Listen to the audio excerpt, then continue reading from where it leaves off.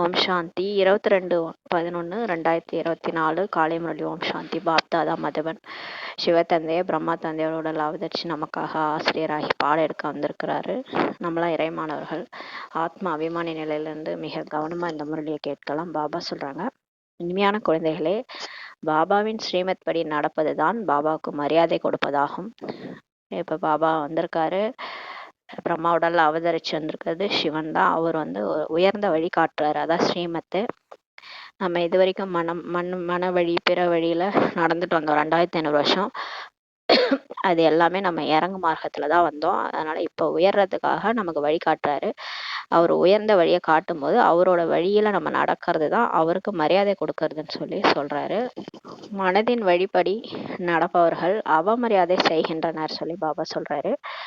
பாபா சொன்னாலும் கேட்காம அவங்கவுங்க இஷ்டத்துக்கு நம்ம மனசு வழிபடி போறோம்னா பாபாவுக்கும் நம்ம அவமரியாதை செய்யறோம்னு சொல்றாரு. கேள்வி: இல்லற விவகாரங்களில் இறப்பவர்களுக்காக எந்த ஒரு விஷயத்தில் பாபா தடை சொல்வதில்லை, ஆனால் ஒரு கட்டளை இடுகிறார். அது என்ன?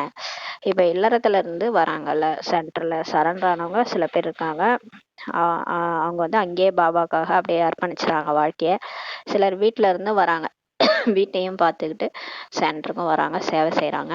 இல்லறத்துல இருக்கிறவங்களுக்காக எந்த ஒரு விஷயத்த பாபா தடை சொல்வதில்லை, எதை தடை சொல்றதில்ல, ஆனா ஒரு கட்டளை இடுறார். அது என்னன்னு சொல்லி கேட்கிறார். பதில் பாபா சொல்கிறார், குழந்தைகளே, நீங்கள் அனைவருடைய தொடர்பிலும் வாருங்கள், எந்த ஒரு வேலை முதலியவற்றையும் செய்யுங்கள்.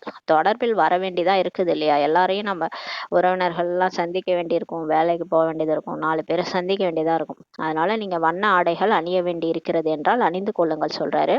கலர் ட்ரெஸ் போட்டுக்கணும்னா போட்டுக்கோங்க, ஒயிட் இது போடணும்னு அவசியம் இல்லை. ஏன்னா நீங்க எல்லாருக்கிட்டையும் பழக வேண்டியது இருக்கிறதுனால நீங்க வண்ண ஆடைகள்ல அணிஞ்சுக்கங்கன்றாரு. பாபா தடை செய்வதில்லை. பாபாவோ வழி சொல்கிறார். குழந்தைகளே, தேகத்துடன் கூட தேகத்தின் அனைத்து சம்பந்தங்கள் இருந்தும் பற்றுதலை விட்டு என்னை நினைவு செய்யுங்கள். பாபா என்ன சொல்றாருன்னா, எல்லாரோடையும் பழகுங்க, ஆனாலும் தன்னை தேகம்னு மறந்துட்டு இந்த தேகம்தான் நான்றதையும் மறந்துடுங்க. அது மாதிரி உங்க தேகத்தோட கூட இருக்கிற எல்லா சம்பந்தங்களோடையும் பற்றுதலை நீக்கிருங்க. எல்லாரோடையும் பழகணும் போகணும், ஆனா அவங்கதான் வேணும், அவங்க இருந்தாதான் நான் இருப்பேன், அந்த மாதிரிலாம் பற்று வைக்க கூடாது. பற்ற விட்டுட்டு பாபாவை தான், எல்லா ஆதாரமும் பாபா தான், எனக்கு பாபா தான், எது வேணும்னாலும் பாபாட்ட தான் கேட்கணும், பாபா மட்டும் நினைவு செய்யணும். ஆத்மான்னு புரிஞ்சுட்டு பாபா நினைவு செய்யுங்க, ஆனா எல்லாரோடையும் பழகுங்கன்னு சொல்லி பாபா சொல்றாரு. ஓம் சாந்தி. சிவபாபா குழந்தைகளுக்கு இப்ப புரிய வைக்கிறார். அதாவது தம்மை போல் ஆக்குவதற்கான முயற்சியை செய்விக்கிறார். இப்ப அவரை மாதிரி நம்மளை ஆக்குறதுக்காக முயற்சி செய்யறார். எப்படி நான் ஞானக்கடலாக இருக்கிறேனோ அது போல குழந்தைகளும் ஆக வேண்டும் சொல்லி பாபா சொல்றாரு. அவர் எப்படி ஞானத்துல கடலா இருக்கிறாரு, அறிவா புத்திசாலியா இருக்கிறாரு இல்லையா?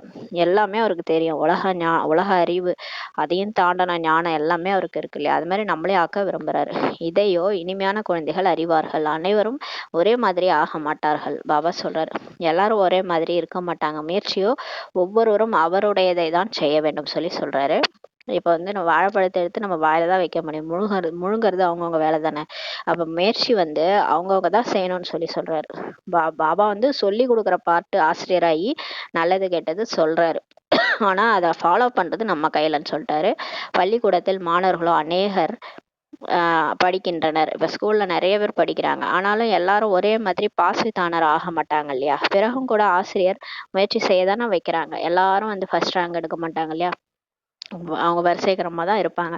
இருந்தாலும் ஆசிரியர் எல்லாரையும் முயற்சி செய்ய வைக்கிறாங்கல்ல, அது மாதிரிதான் இங்கேயும் நம்மள பாபா முயற்சி செய்ய வைக்கிறார். குழந்தைகள், நீங்களும் இப்ப முயற்சி செய்யறீங்கன்னு சொல்றாரு. பாபா கேட்கிறார், நீங்கள் என்னவாக ஆவீர்கள்? நம்மள கேட்கிறாரு, நீங்க என்னவாக ஆவீர்கள்? நாங்கள் வந்திருக்கிறதே நரனிலிருந்து நாராயணாக, நாரியிலிருந்து லட்சுமியாக ஆவதற்காக என்றுட்டு எல்லாரும் சொல்லுவாங்க தான். இதுவோ சரிதான், எல்லாரும் சொல்றீங்க, நல்லதுதான். ஏம் ஹைன்னு சொல்லுவாங்கல்ல, எல்லாருமே லட்சுமி நாராயணன் ஆகணும்னு ஆசைப்படுறீங்க, அது நல்லதான்றாரு. ஆனால் தன்னுடைய செயல்பாடுகளையும் பாருங்களேன்னு சொல்றாரு. சரி, நீங்க ஆசைப்படுறீங்க, ஆனா உங்களுடைய நடவடிக்கை எல்லாம் எப்படி இருக்குது, செயல்பாடு எல்லாம் எப்படி இருக்குன்ட்டு பாருங்க. நான் லட்சுமி மாதிரி இருக்கிறேன்னா, நான் நாராயணன் மாதிரி இருக்கேனா, நான் லட்சுமியை கல்யாணம் பண்ணிக்கிற அளவுக்கு தகுதியா இருக்கிறேன்னான்னு செக் பண்ணுங்கன்றாரு.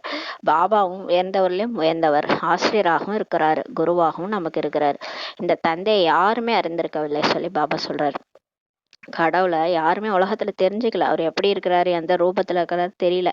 ஆனா குழந்தைகளாகிய நீங்கள் அறிவீர்கள் சொல்லி சொல்றாரு. சிவபாபா நம்முடைய தந்தையாகவும் இருக்கிறார், ஆசிரியராகவும் உள்ளார், சத்குருவாகவும் உள்ளார். ஆனால் அவர் எப்படி இருக்கிறார், யாராக இருக்கிறார் என்பதை அறிந்து கொள்வது ரொம்ப கடினம் சொல்லி சொல்றாரு. இப்ப நமக்கு தெரியும் அவர் எப்படி இருக்கிறாரு, வந்து எப்படி பாடம் எடுக்கிறாரு, நமக்கு தந்தையா ஆசிரியரா சத்குருவா இருக்கிறாரு. ஆனா மற்றவங்களுக்கு அவர் எப்படி இருக்கிறாரு, யாராக இருக்கிறாருன்னு தெரிஞ்சுக்கிறது கடினம்ன்றாரு. தந்தை அறிந்து கொண்டால் ஆசிரியர் என்பது மறந்து போகும் சொல்லி பாபா சொல்றாரு. பிறகு குரு என்பதும் மறந்து போகும் சொல்லி சொல்றாரு. இப்ப அப்பாவை தெரிஞ்சுக்கிட்டீங்கன்னா ஆசிரியர்ன்றது உங்களுக்கு மறந்துடும், குருவும் மறந்துரும்ன்றாரு. குழந்தைகள் தந்தைக்கும் மதிப்பு தர வேண்டி இருக்கிறது. இப்ப பாபா வந்து நம்ம வந்து பாபாவுக்கு மதிப்பு கொடுக்கணுன்றாரு. மதிப்பு என்று சொல்லப்படுவது எது? பாபா மதிப்புன்றது எதை சொல்றாருன்னா, பாபா சொல்லி தருவதை நல்லபடியாக படிக்கிறார் என்றால் மதிப்பு தருகிறார்கள் என்று ஆகும். இப்ப பாபா முரளி எடுக்கிறாருல, அவர் என்ன சொல்லி கொடுக்குறாரோ அதை நம்ம நல்லபடியா படிச்சு ஃபாலோ பண்றோம்னா நம்ம நல்ல மதிப்பு கொடுக்குறோம்னு அர்த்தமா, கடவுளுக்கு நம்ம மதிப்பு கொடுக்குறோம்னு அர்த்தமா. பாபாவும் மிக இனிமையானவர். பாபா ரொம்ப இனிமையானவர். அன்னைக்கு சொன்னார்ல, நான் எல்லாரையுமே நினைக்கிறேன், சேவை செய்யற குழந்தைகளையும் நினைக்கிறேன், என்னை நினைக்காதவங்களோட நான் நினைக்கிறேன்னு சொன்னார். அப்ப எவ்வளவு இனிமையானவரா இருக்கிறாரு. உள்ளுக்குள் மிகவும் குஷியின் அளவு அதிகரித்து கொண்டே இருக்க வேண்டும். பாபா நினைக்க நினைக்க நமக்கு குஷி அதிகரிக்கணும்ன்றாரு, எல்லையற்ற குஷி இருக்கணும்ன்றாரு. இப்ப நம்ம இந்த பாதையில நம்ம முன்னேறி போறோம்னா அதனோட அடையாளம் என்னன்னா, நமக்கு குஷி அதிகரிக்கும். நாளுக்கு நாள் நம்மளுக்கு குஷி அதிகரிச்சுட்டே போகும்னு சொல்றாரு. ஒவ்வொருவரும் தன்னை கேட்டுக்கொள்ள வேண்டும்.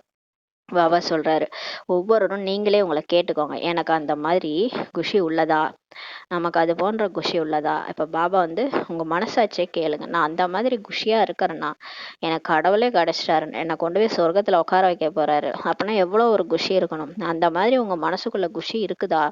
ஒரே மாதிரி அனைவருக்குமோ இருக்க முடியாது. பாபா சொல்றாரு, எல்லாருக்குமே அந்த மாதிரி குஷி இருக்காது. ஏன் இருக்காதுன்னா, நம்ம வந்து சில தவறுகள் செய்வோம், ஸ்ரீமத் படி நடக்க மாட்டோம், சில விஷயங்கள நமக்கே கவனக்குறைவு இருக்கும், பாபா சொன்னதை செய்ய முடியாத நிலைமையில இருக்கும்போது நமக்கு அந்த குஷி வராது. அதனாலதான் வரிசைகரமா குஷின்னு சொல்லி சொல்றாரு. படிப்பிலும் கூட அதிக வேறுபாடு இருக்கிறது. அதே மாதிரி படிக்கிறதுல கூட சிலர் முரளிய படிக்க மாட்டாங்க, சிலர் அறகுறையா படிக்கிறாங்க. அந்த மாதிரி படிப்புல கூட வேறுபாடு இருக்குன்றாரு. அந்த பள்ளிக்கூடங்களிலும் கூட எவ்வளவு வேறுபாடு உள்ளது. பாபா சொல்றாரு, அந்த ஸ்கூல்ல கூட பாருங்களேன், நிறைய வேறுபாடு இருக்கு. அங்க பொதுவான ஆசிரியர் தான் கற்பிக்கிறார், இவரோ சாதாரணமானவர் அல்ல. அந்த ஸ்கூல்லயே வேறுபாடு இருக்கு, அங்க சாதாரணமான டீச்சர் தான் எடுக்கிறாங்க. ஆனா இங்க யார் உங்களுக்கு டீச்சரா வந்திருக்கிறது? சாதாரணமானவரா வந்திருக்கிறாரு. அவர் சாதாரணமானவரே அல்ல, இவரை போல ஆசிரியர் வேறு யாருமே கிடையாதுன்னு சொல்லி சொல்றாரு. கடவுளே டீச்சர் ஆகி பாடம் எடுக்க வந்திருக்காரு, இவர் மாதிரி உலகத்துல யாருமே கிடையாது சொல்றாரு. ஸ்ரீகிருஷ்ணரின் பெயர் கூறப்பட்டுள்ளது என்ற போதிலும் அவர் எப்படி தந்தையாக முடியும் என்பது அவர்களுக்கே தெரியவில்லை சொல்லி சொல்றாரு. கீதையை வந்து கிருஷ்ணர் தான் சொன்னார்னு சொல்லிட்டாங்க. சரி, அவர் பேரை போட்டாலும் அவர் போய் எப்படி நமக்கு அப்பாவாக முடியும், அது கூட அவங்களுக்கு தெரியலன்னு சொல்றாரு. அவ்வாறே கிருஷ்ணர் என்ற பெயர் அநேகருக்கு உள்ளது சொல்லி சொல்றாரு. ஆனால் கிருஷ்ணர் என சொன்னதுமே ஸ்ரீகிருஷ்ணர் முன்னால் வந்து விடுகிறார். கிருஷ்ணர்னு பேர் நிறைய பேருக்கு வச்சிருக்கிறாங்க, இருந்தாலும் கிருஷ்ணர்னு சொன்னாலே நமக்கு கிருஷ்ணரோட முகம் தானே ஞாபகம் வருதுன்னு சொல்றாரு. அவரோ தேகதாரி இல்லையா, கிருஷ்ணர் என்றவர் தேகதாரின்னு சொல்றாரு. அவருக்கு உடம்பு இருக்குல்ல, மயில் இறகுலாம் வச்சிருப்பாரு, நீல கண்ணா, நீல கலரா இருப்பாரு. அதெல்லாம் நம்ம தான் பக்தி மார்க்கத்துல உருவாக்கி வச்சிருக்கோம். நீங்கள் அறிவீர்கள், இந்த சரீரம் அவருடையது அல்ல. இப்ப தெரியும், நம்ம வந்து இந்த பிரம்ம பாபா உடல் வந்திருக்குல்ல, இது கிருஷ்ணரோட சரீரமும் கிடையாது. அப்ப இந்த சரீரத்துலதான் சிவபாபாவே வராரு. சிவபாபாவே சொல்றாரு, நான் கடனாக பெற்றுள்ளேன்னு சொல்லி சொல்றாரு. சிவபாபா சொல்றாரு, நான் இவரோட கடைசி பிரிவுல இந்த லோன் எடுத்து வந்திருக்கேன் இந்த உடல்ல. இதற்கு முன்பும் பிரம்மா மனிதராக தான் இருந்தார், இப்போது அவர் மனுஷராக தான் இருக்கிறார். நான் வர்றதுக்கு முன்னாடியே அவர் மனுஷனா தான் இருந்தார், இப்பயும் மனுஷனா தான் இருக்கிறார். இவர் ஒன்றும் பகவான் அல்ல சொல்லி பாபா சொல்றாரு. அவர் ஒருவர் தான் நிராகார், ஆனா இவர் உடம்புல வர்றவர் தான் பகவான், கடவுள். அவர் தான் நிராகார். இப்போது குழந்தைகளாகிய உங்களுக்கு எவ்வளவு ரகசியங்கள் சொல்லி புரிய வைக்கிறார். இப்ப கடவுள் நமக்கு வந்து உண்மையை சொல்லி உடைக்கிறார், எல்லாத்தையும் புரிய வைக்கிறார். ஆனால் பிறகும் கூட இறுதியாக தான் தந்தை என புரிந்து கொள்வது, ஆசிரியர் என புரிந்து கொள்வது, இது இப்போது நடைபெற முடியாது. இருந்தாலுமே சில பேருக்கு நம்பிக்கை வரல, இவர்தான் அப்பா ஆசிரியர்ன்ட்டு புரிஞ்சு கொள்றது இப்ப நடைமுறையில நடைபெறாதுன்றாரு. அடிக்கடி மறந்துடுறீங்க, அடிக்கடி இந்த பாயிண்ட மறந்துடுறீங்க. அதாவது கடவுள் தான் அப்பாவா இருக்கிறாரு, அவர் தான் நமக்கு ஆசிரியர் சத்குருன்றது மறந்துறீங்கன்றாரு. தேகதாரியின் பக்கம் புத்தி சென்று விடுகிறது. இப்ப ஏன் மறக்கிறோம்னா, நமக்கு வந்து நிறைய கர்ம கணக்கு இருக்குது. இவங்கள்ட்ட செட்டில்மெண்ட், அவங்கள்ட்ட செட்டில்மெண்ட்டு, எந்த நேரமும் நம்ம வந்து ஏதாவது ஒரு தேகதாரியை தான் நினச்சிட்டு இருக்கிறோம். வீட்லேயே நம்ம வந்து கணவன் மனைவி குழந்தைகள் இருந்தோன்னா கணவன் நினைக்கிறோம், குழந்தைகளுக்கு சாப்பாடு சமைக்கணும், அவங்கவுங்க இதுதான் நமக்கு புத்தியில் ஓடிட்டே இருக்குது. அதனால் தேகதாரி பக்கம்தான் நம்மளோட புத்தி வந்து ஓடிட்டே இருக்குன்றாரு. அதனால் நீங்கள் வந்து என்னை மறந்துறீங்கன்னு சொல்லி பாபா சொல்கிறாரு.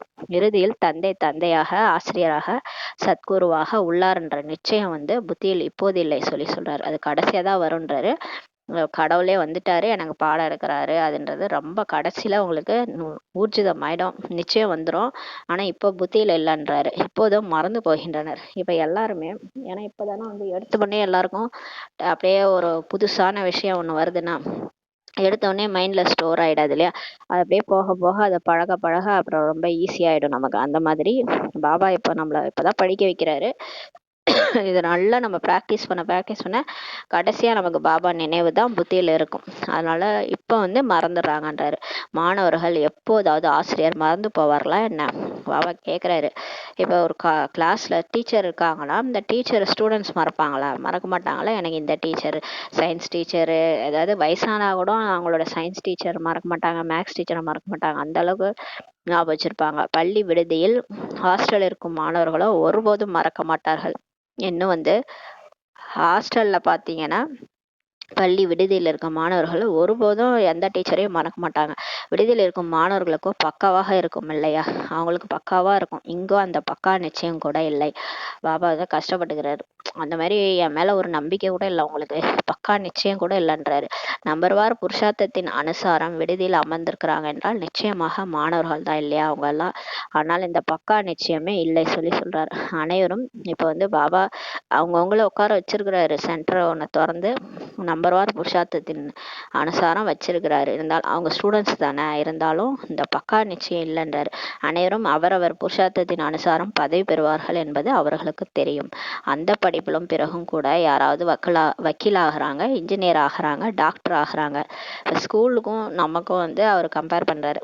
ஸ்கூல் ஸ்டூடெண்ட்ஸ் வந்து படிக்கிறாங்கன்னா அவங்க சிலர் வக்கீல் ஆவாங்க, சிலர் இன்ஜினியர், சிலர் டாக்டர் ஆகுறாங்க. இங்கோ நீங்கள் என்ன ஆக போறீங்கன்னா உலகத்துக்கே எஜமானரா ஆகிட்டு இருக்கிறீங்கன்றார். ஆக இப்படிப்பட்ட மாணவர்களின் புத்தி எப்படி இருக்க வேண்டும்? அந்த டாக்டர் இன்ஜினியரே அந்த ஒரு ஸ்டெத்தஸ்கோப் பிடிச்சா அந்த நான் டாக்டர்ன்ற மாதிரி அந்த ஒரு தோரணை வந்துடும். ரொம்ப சாஃப்டா இருப்பாங்க. அந்த டாக்டர்னாலே அவங்க எப்படி இருக்காங்க பாருங்க, ஒரு மாதிரி டிஃப்ரெண்டா இருப்பாங்க. ஆனா இங்க பாருங்க, நம்ம தேவதையாவே ஆக போறோம்னா நம்ம எப்படி இருக்கணும்? இப்படிப்பட்ட மாணவர்களின் புத்தி எப்படி இருக்கணும்னு சொல்றாரு. நடத்தை பேச்சு எவ்வளவு நன்றாக இருக்க வேண்டும். நம்ம அப்படியே ஃபுல்லாவே டோட்டலா மாறணும்ன்றாரு. நம்ம நடத்தை பேச்சு எல்லாமே நன்றாக இருக்கணும். அப்பதான் வெளி உலகத்தினருக்கு தெரியும் இவங்க என்ன முன்னாடி வேற மாதிரி இருந்தாங்க, இப்ப என்ன இப்படி மாறி போயிருக்கிறாங்க, இவங்களை யாரோ மாத்திட்டு இருக்கிறாங்க, இவங்களை யாரோ ரெடி பண்றாங்கன்ட்டு அப்பதான் அவங்களுக்கு தெரியும். பாபா புரிய வைக்கிறார். குழந்தைகளே, நீங்கள் ஒருபோதும் அழக்கூடாது. பாபா சொல்றாரு, இன்னைக்கு நமக்கு சொல்றாரு, இதெல்லாம் ஸ்ரீமத் தான். இது நீங்க ஒருபோதும் அழக்கூடாது. ஏன்னா அழறவங்க சொர்க்கத்துக்கே போக முடியாது. அதனால நீங்க இப்போ உலகத்தின் எஜமானர் ஆகிறீங்க இல்லையா? நீங்க உலகத்துக்கே இப்போ எஜமானர் ஆக போறீங்க. அப்ப போயிட்டு ஒரு ராஜா சீட்ல உட்காரவங்க போய் அழுவாங்களா? அதான் சொல்றாரு, யா ஹுசைன், ஐயோ கடவுளே என்று சப்தமிடக்கூடாது. பாபா சொல்றாரு. சிலர் வந்து அந்த மாதிரி எல்லாம் சத்தமா போட்டு அழுகுறாங்க, பிகேஸே ஐயோ கடவுளேன்னு சொல்லி, அந்த மாதிரிலாம் அழக்கூடாதுன்றாரு. யா ஹுசைன் என கூக்குரலுவது என்பது மிகவும் அதிகமாக அழுவதாகும். அந்த மாதிரி ஐயோ கடவுளேன்னு சொல்லி கடவுளை கூக்குரலிட்டு மிக அதிகமா அழுவுறதுன்னு சொல்றாரு. பாபாவா சொல்கிறார், யார் அழுகிறார்களோ அவர்கள் இழந்து விடுகிறார்கள். பாபா சொல்றாரு, அழுதாலே ஃபெயில், அவ்வளவுதான் சொல்லியிருக்காரு. ஏற்கனவே சொல்லியிருக்காரு. சொர்க்கத்துல எந்த தேவதைகளும் அழமாட்டாங்க. தேவதைகளுக்கு அழவே தெரியாது. ஏன்னா அது ஒரு விகாரம். அதனால அழுதா போச்சுன்ட்டாரு. அழுதாலே நீங்க வந்து பதவி குறைஞ்சிருவீங்க. அப்ப வந்து சொர்க்கத்துக்கு வருவீங்க, அதனால பதவி குறைஞ்சிரும்ட்டாரு. உலகத்தின் உயர்ந்ததிலும் உயர்ந்த ராஜ பதவியை இழந்து விடுகிறார்கள் சொல்லி சொல்றாரு. ஸோ உலகத்திலேயே உயர்ந்ததிலும் உயர்ந்த ராஜ பதவியை அழுகிறதுனால, டெஸ்ட் பேப்பர்ல ஃபெயில் ஆகுறதுனால இழந்துடுறாங்கன்னு சொல்றாரு. நாங்கள் நரனிலிருந்து நாராயண் ஆவதற்காக வந்திருக்கிறோம் என்று சொல்லவோ செய்யறாங்க. ஆனா இங்க வராங்க சென்டருக்கு வந்து என்ன சொல்றாங்கன்னா, இந்த ஞானம் சூப்பரா இருக்கு, நான் வந்து நரன்ல இருந்து நாராயணா கண்டிப்பா ஆவான் பாபா அப்படின்லாம் சொல்றாங்க. ஆனால் அதற்குரிய நடத்தை எங்கேன்னு சொல்லி கேட்கிறாரு. ஆனா ஏதாவது ஒரு பிரச்சனைனா ஓன்னு அலறி அலறி அழுகுறாங்க. அப்ப அந்த மாதிரி அழுதா என்ன ஆகும், அந்த நடத்தை வந்து தேவதை மாதிரி இல்லையே, நாராயணன் மாதிரி இல்லையேன்னு சொல்லி சொல்றாரு. நம்பர்வார் புருஷார்த்தத்தின் அனுசாரம் அனைவரும் முயற்சி செய்துதான் கொண்டிருக்கிறாங்க. பாபா சொல்றாரு, இருந்தாலும் என்ன பண்றது, குழந்தைகள் இப்பதானே வந்திருக்கிறாங்க, பாடம் படிக்கிறாங்களே, ஞானம் நிரம்பணும். அறகுறையா இருந்தா என்ன ஆகும், அறகுறையா இருந்தா அந்த அளவுக்கு நம்மளுடைய நடத்தையில மாற்றம் வராது. இப்ப ஞானம் ஃபுல்லாகணும், குணங்களும் ஃபுல்லாகணும், எல்லாமே பாபாட்ட இருந்து பாப் சமான் நம்ம ஃபுல்லாவே அடைஞ்சு பாப் சமான் நிலை வரும்போது பர்ஃபெக்ட் ஆகும். பர்ஃபெக்ட் ஆகும்போது தான் அந்த நமக்கு வந்து மாற்றம் வரும் நடத்தையில. அதனால பாபா சொல்றாரு, இந்நேரம் நம்பர்வார் புருஷார்த்தத்தின் அனுசாரம் எல்லாம் முயற்சி செஞ்சுட்டு இருக்கிறாங்க. சிலரும் நல்லபடியாக பாஸ் ஆகி ஸ்காலர்ஷிப் பெற்றுக்கொள்கின்றனர் சொல்லி சொல்றாரு. சிலர் வந்து பாபா பேச்சு கேட்டு நல்லபடியா ஒவ்வொரு டெஸ்ட் பேப்பர்லயும் பாஸ் ஆகுறாங்க, பாபா ஸ்காலர்ஷிப்பும் கொடுக்குறாரு. சிலர் ஃபெயில் ஆகி விடுகின்றனர்ன்றாரு. உங்களிலும் கூட சிலர் படிக்கின்றனர், சிலர் படிப்பதும் கிடையாது. பாபா சொல்றாரு, நல்லா படிக்கணும், அவங்களுக்கு தான் ஸ்காலர்ஷிப்ன்றாரு, உதவி கிடைக்கும், பாபாவுடைய உதவி கிடைக்கும். உங்களிலும் கூட சிலர் படிக்கிறாங்க, ஆனால் சிலர் படிக்கிறதே இல்லைன்றாரு. எப்படி கிராமத்தினருக்கு படிப்பது பிடிக்காது, இப்போ இந்த கிராமத்து ஸ்டூடெண்ட்ஸ்லாம் இருக்குங்களா, அது ஸ்கூலுக்கே வர பிடிக்காது அதுங்களுக்கு. அதுங்க போயிட்டு வேலை, நாற்று நடுறது, புல் இருக்கிறது, அந்த மாதிரி செய்ய சொன்னால் ஜாலியாக போங்க, ஆனால் ஸ்கூலுக்கு வர சொன்னால் வராதுங்க. அந்த மாதிரி சிலர் வந்து இங்கே படிக்க மாட்டாங்கன்னு சொல்றாரு. கிராமத்தினருக்கு படிப்பதே பிடிக்காது, புல்ல இருக்க சொல்வீர்களானால் மகிழ்ச்சியுடன் செல்வார்கள், அதில் சுதந்திரமான வாழ்க்கை இருப்பதாக நினைக்கிறாங்க. சில கிராமத்துலலாம் அப்படிதான் இருப்பாங்க, படிக்க சொன்னா டே படிடா, நல்லா படிச்சாதாண்டா நல்லா இருப்பேன்னு சொன்னா கேட்காதுங்க. அதுங்க இல்லை நாங்கள் வேலைக்கு போறோம் அப்படின்ட்டு போயிருங்க. அது மாதிரி அதுல சுதந்திரமான வாழ்க்கை இருக்குன்ட்டு நினைக்கிறாங்க. படிப்பது பந்தனம் என நினைக்கின்றனர். அவங்க என்ன நினைக்கிறாங்க, படிக்கிறதுனா ஐயோ இதுல பிடிச்சி போட்டுருவாங்க, இது ஒரு நம்ம படிக்க சொல்லிட்டே இருப்பாங்க அப்படின்ட்டு பயப்படுறாங்க. இப்படியும் அநேகர் இருக்கிறாங்கன்னு சொல்றாரு. பணக்காரர்களில் ஜமீன்தார்களும் குறைந்தவர்கள் இல்லை சொல்லி பாபா சொல்றாரு. தங்களை சுதந்திரமானவர்களாக மிகுந்த குஷியில் இருப்பதாக நினைக்கின்றனர் சொல்லி சொல்றாரு. பணக்காரர்ல இருக்கிறவங்க, அவங்க வந்து ஜமீன்தாரா இருக்கிறவங்களும் கூட குறைந்தவர்கள் கிடையாது, அவங்க சுதந்திரமானவர்களாக குஷியில் இருப்பதாக அவங்க நினைக்கிறாங்க. வேலை என்ற பெயரோ கிடையாது இல்லையா, ஆபீசர் பதவி முதலியவற்றிலும் மனிதர்கள் பணி செய்கின்றனர் இல்லையா சொல்லி சொல்றாரு. இப்ப வேலை ஆபீசர் பதவியெல்லாம் இருக்குன்னா அங்க கூட போய் நிறைய பேர் வேலை செய்யறாங்க இல்லையா. இப்போது குழந்தைகளாகிய உங்களுக்கு பாபா படிப்பு சொல்லி தருகிறார், உலகத்தின் எஜமானர் ஆக்குவதற்காக. இப்ப ஏன் அவங்க படிக்க மாட்டாங்கன்னா, போய் எங்கேயாவது வேலைக்கு போகணும், யார் கீழயாவது நம்ம வேலை செய்யணும், அது ஒரு பந்தனம்ட்டு நினைக்கிறாங்க. இவ ஜமீன்தாரா இருக்கிறவங்க அவங்களாம் சுதந்திரமா இருக்கிறாங்க, வேலைக்கெல்லாம் போக மாட்டாங்க, அவங்களுக்கு வேலைக்கு போகணும்னு அவசியம் கிடையாது. மற்றவங்க சிலர் வந்து படிச்சுட்டு வேலைக்கு போயிட்டு பணி செய்யறாங்க, யாரு கீழயாவது வேலை செய்யறாங்க இல்லையா. இப்ப பாபா நமக்கு எதுக்கு படிப்பு சொல்லி கொடுக்குறாருன்னா, அந்த மாதிரி எங்கேயும் போய் நம்ம யார் கீழேயும் வேலை செய்யறதுக்காக படிப்பு சொல்லி தரல, நம்ம உலகத்துக்கே எஜமானர் ஆக்குறதுக்காக தான் படிப்பு சொல்லி கொடுக்குறாரு. யாரு கீழேயும் போய் நம்ம அடிமையா வேலை செய்யறதுக்கு நமக்கு படிப்பு சொல்லி தரவில்லை சொல்லி சொல்றாரு. நீங்களும் இந்த படிப்பினால் உலகத்திற்கே மாலிக்காக கூடியவர்கள் அல்லவா சொல்லி சொல்றாரு.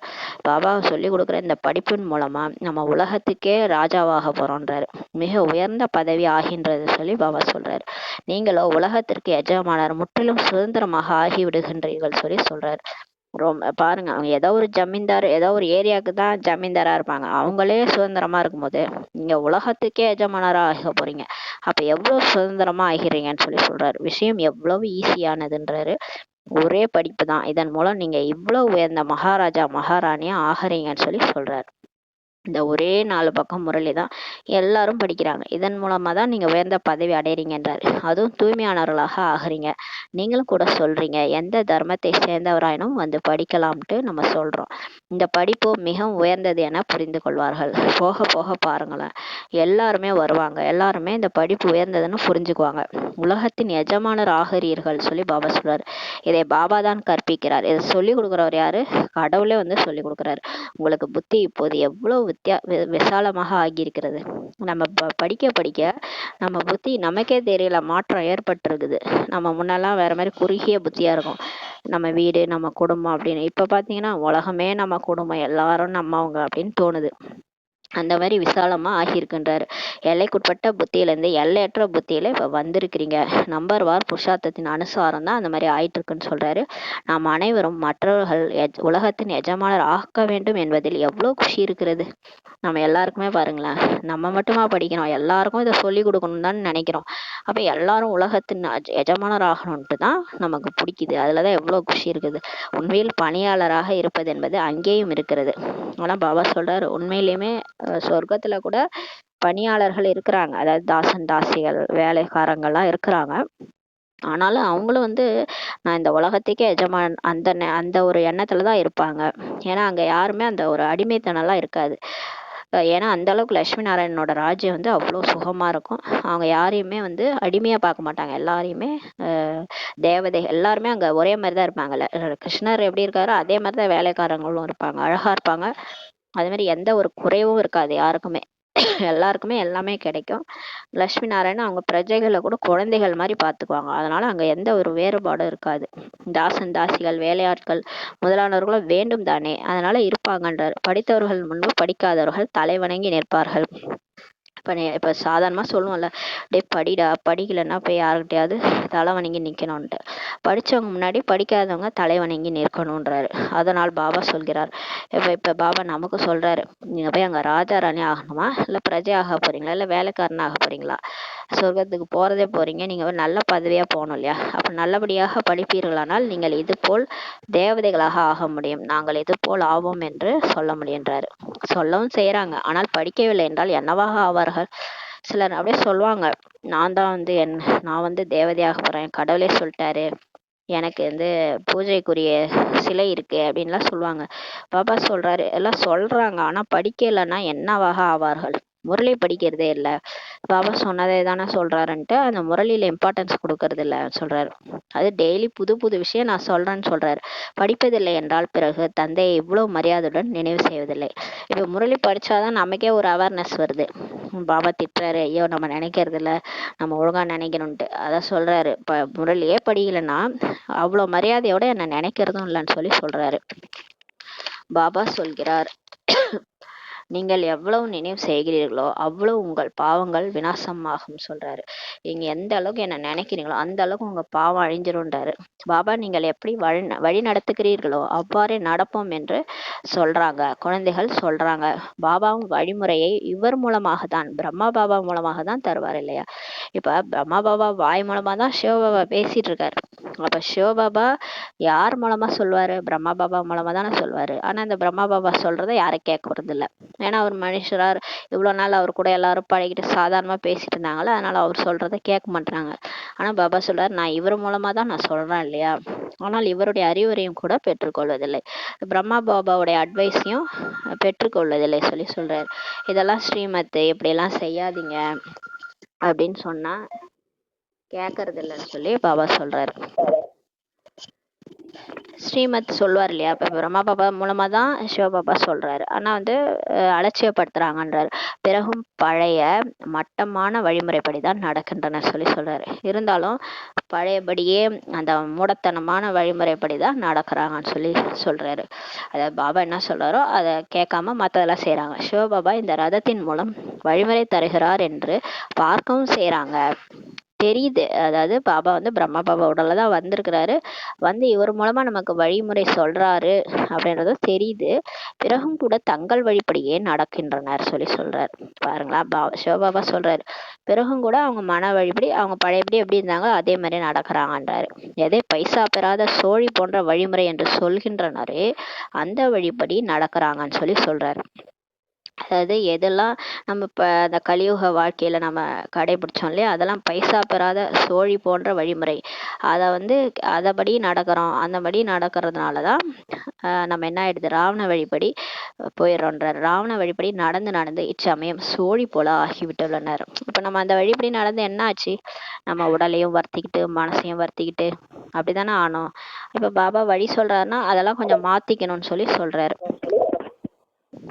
இப்போது ராமராகிய சிவபாபா வழிமுறை தருகிறார். இப்போ கடவுளே வந்துட்டார், அவர் தான் ராமர், சீதைகளின் ராமன், ஆனால் அதாவது ஆத்மாவாகிய சீதையின் ராமன். அவர் தான் இப்போ வழி சொல்றாரு. நிச்சயத்தில் தான் வெற்றி இருக்கிறது. ஆனால் யாருக்கு சிவபாபா மேல நம்பிக்கை இருக்குதோ, அவர் சொல்ற வழிமுறையில நம்பிக்கை இருக்குதோ, ஸ்ரீமத் மேல நம்பிக்கை இருக்கோ, அவங்க நிச்சய புத்தி இருக்கிறவங்களுக்கு தான் வெற்றி இருக்குதுன்னு சொல்றாரு. அவங்க கடைசியா வெற்றி அடைவாங்க.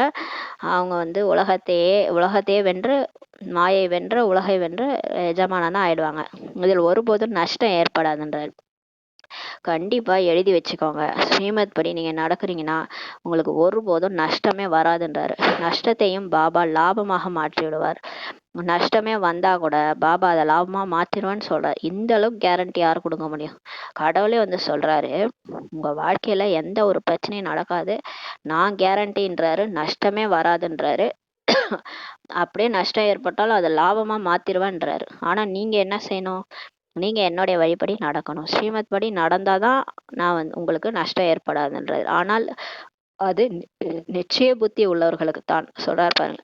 ஆனா வந்து இங்க கண்டிஷன் என்னன்னா, யார் நிச்சய புத்தி வச்சு பாபா வழிபடி கண்ணை முடின்னு நடக்கிறாங்களோ, ஸ்ரீமத் படி நடக்கிறாங்களோ, அவங்களுக்கு தான் ஒருபோதும் நஷ்டம் ஏற்படாது. நஷ்டத்தையும் பாபா லாபமா மாற்றிடுவான்றாரு. சந்தேக புத்தி உள்ளவர்கள் ஏமாற்றம் அடைவார்கள் சொல்லி சொல்றாரு.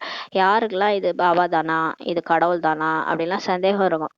அந்த ஒரு பக்கம் பக்தி அதையும் பண்ணிட்டு இருப்பாங்க, ஒரு பக்கம் இதையும் கேட்டுட்டு இருப்பாங்க. அது மாதிரி சந்தேக புத்தி இருக்குன்னா அவங்க ஏமாற்றம் அடைவார்கள் சொல்லி சொல்றாரு. நிச்சய புத்தி உள்ளவர்களுக்கு ஒருபோதும் ஏமாற்றமோ நஷ்டமோ ஏற்படவே முடியாது சொல்லி சொல்றாரு. யாருக்கெல்லாம் நிச்சய புத்தி இருக்குதோ அவங்களுக்கு ஏமாற்றமும் வாழ்க்கையில வராது, நஷ்டமும் ஏற்படாதுன்னு சொல்றாரு. பாபா தாமே உறுதி கொடுக்கிறார், கேரண்டி கொடுக்கிறாரு. கடவுளே வந்து ஒரு கேரண்டி கொடுத்து பார்த்துருக்கிறீங்களா? வந்து கொடுக்குறாரு. ஸ்ரீமத் படி நடப்பதால் ஒருபோதும் உங்களுக்கு தீமையே ஏற்படாது, எழுதி வச்சுக்கோங்கன்றாரு. எழுதி வச்சுக்கோங்க, என்னோட வழிபடி நடந்து இவங்க கெட்டு போயிட்டாங்கன்ட்டு யாருமே சொல்ல மாட்டாங்க. இறை வழிபடி நடந்து கெட்டு போனதா சரித்திரமே இல்லைன்றாரு. என் வழிபடி நடந்தீங்கன்னா உங்களுக்கு ஒரு தீமையும் ஏற்படாதுன்றாரு. மனித வழிமுறை தேகதாரியின் வழிமுறை என சொல்லப்படுகிறது. இப்ப மனம் போன போக்குல போறது, மத்தவங்க சொன்னாங்க, அவங்க சொன்னாங்க, இவங்க சொன்னாங்கன்ட்டு ஃபாலோ பண்றோம் இல்லையா, அதெல்லாம் மனித வழிமுறை. அந்த வழிமுறை வந்து தேகதாரியோட வழிமுறை. அதனால இங்க இருக்கிறது மனித வழிமுறை கிடையாது சொல்றாரு. இங்கே இருப்பதோ மனித வழிமுறை, பாடவும் படுகின்றது. மனித வழிமுறை, ஈஸ்வரிய வழிமுறை, தெய்வீக வழிமுறை, 3 வழிமுறை இருக்குது. மொத்தம் 3 வழிமுறை. ஒன்று மனித வழி, இன்னொன்று ஈஸ்வரிய வழி, இன்னொன்று தெய்வீக வழி. இப்போ வந்து நம்ம மனித வழினா இப்போ நம்ம கலியுகத்தில் ஆளுக்கு ஒன்று இஷ்டத்துக்கு பேசிட்டு இருக்கிறாங்களோ அதெல்லாம் நம்பிட்டு நம்ம அதை போய் செஞ்சுட்டு இருப்போம். அதெல்லாம் வந்து மனித வழி. இப்போ ஈஸ்வரிய வழின்றது இங்கே பாபா வந்து நமக்கே கொடுக்குறாரு, நமக்கு வந்து ஸ்ரீமத் கொடுக்குறாரு. முரளியில் என்னென்னலாம் வருதோ அதுதான் ஈஸ்வரிய வழி. தெய்வீக வழின்றது எங்க சத்தியுகத்துல தேவதைகள் நமக்கு வழி காட்டுவாங்க. அது வந்து அதுவும் கரெக்டாக தான் இருக்கும். இந்த 2 வழியும் ஓகேவா தான் இருக்கும். ஆனால் இந்த மனித வழி தான் வந்து நம்மளை ராவண வழியில கொண்டு போயிடுது. இப்போது உங்களுக்கு ஈஸ்வரிய வழிமுறை கிடைக்கின்றது. இப்போ நமக்கு கடவுளே வந்து வழி சொல்றாரு. இதன் மூலம் நீங்க மனுஷன்லேருந்து தேவதை ஆகிறீங்கன்னு சொல்றாரு. இது கண்ணு முடி நீங்க ஃபாலோ பண்ணீங்கன்னா நீங்க தேவதையா அடுத்த பிறவில் ஆயிடுவீங்கன்றாரு. பிறகு அங்கோ சொர்க்கத்தில் நீங்கள் சுகம் மட்டுமே அடைகிறீர்கள். இப்போ பாபா சொல்றதை மட்டும் அப்படியே கேட்டுட்டே போனோம்னா சொர்க்கத்துக்கு போயிடுவோம். அங்க போய் நம்ம சுகமா இருப்போன்றாரு. எந்த ஒரு துக்கத்தின் விஷயமே அங்க இருக்காது. சொர்க்கத்துல தேவதைகளுக்கு துக்கம்னா என்னன்னே தெரியாது. துக்கமா அப்படின்னா என்ன அப்படின்னு சொல்லி கேட்பாங்க. அழணுமா, அழறதுன்னா என்ன, கண்ணில் தண்ணி வருமா அப்படின்னா என்னன்னு சொல்லி கேட்பாங்க. அவங்களுக்கு வந்து அந்த துக்கம்னா என்னானே தெரியாது. ஒரு மரணம்னா கூட என்னன்னு தெரியாது அவங்க. ஏன்னா மரணமே அவங்க வந்து ஒரு உடலை விட்டு அந்த பாம்பு சட்டையை மாத்துற மாதிரி சொல்லிட்டு போயிட்டே இருப்பாங்க. யாரும் அழவும் மாட்டாங்க. அந்த மாதிரி அவங்க, அதனால அதுதான் பெரிய துக்கமே இந்த மரண லோகத்துல. அதுவே அங்க துக்கம் கிடையாதுன்னும் போது அப்ப எதை தான் அவங்க துக்கமா பார்ப்பாங்க? அவங்களுக்கு எதுவுமே துக்கம்ன்றதே என்னன்னு தெரியாதுன்றாரு. அதுவும் நிலையான சுகம் ஆகி விடுகிறது. அங்க வந்து நிலையான பர்மனண்டான சுகம் இல்லையா. எதுக்குமே அழமாட்டாங்க. அப்புறம் எதுக்கு தான் அழ போறாங்க? அவங்க எதுக்குமே அழமாட்டாங்க. அப்ப ஜாலியா இருக்க போறாங்க. அப்ப நிலையான சுகமா இருக்கிறாங்கன்றாரு. இச்சமயம் உங்களை சுய உணர்வில் கொண்டு வர வேண்டியுள்ளது. ஆனா இதுல ஒரு கொடுமை என்னன்னா, நம்ம தான் இந்த மாதிரி வாழ்ந்துட்டு வந்தோம். அதான் பாபா சொல்றாரு, நீங்க தான் தேவதையா இருந்தீங்க, நீங்க தான் அழாம இருந்தீங்க ஒரு காலத்துல, இப்ப நம்ம அழுதுகிட்டே கிடக்குறீங்கன்றாரு.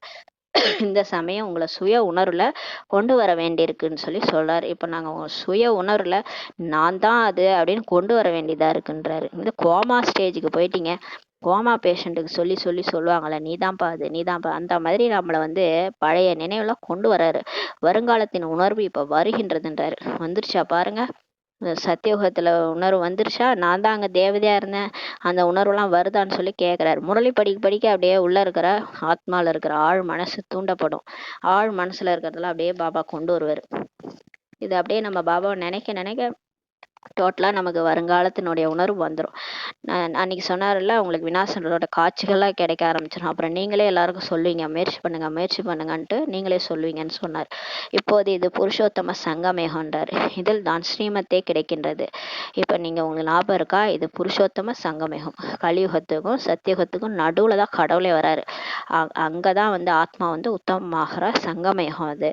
இதில் தான் உங்களுக்கு கடவுளுடைய வழிமுறையே கிடைக்குது, ஸ்ரீமத் கிடைக்குது.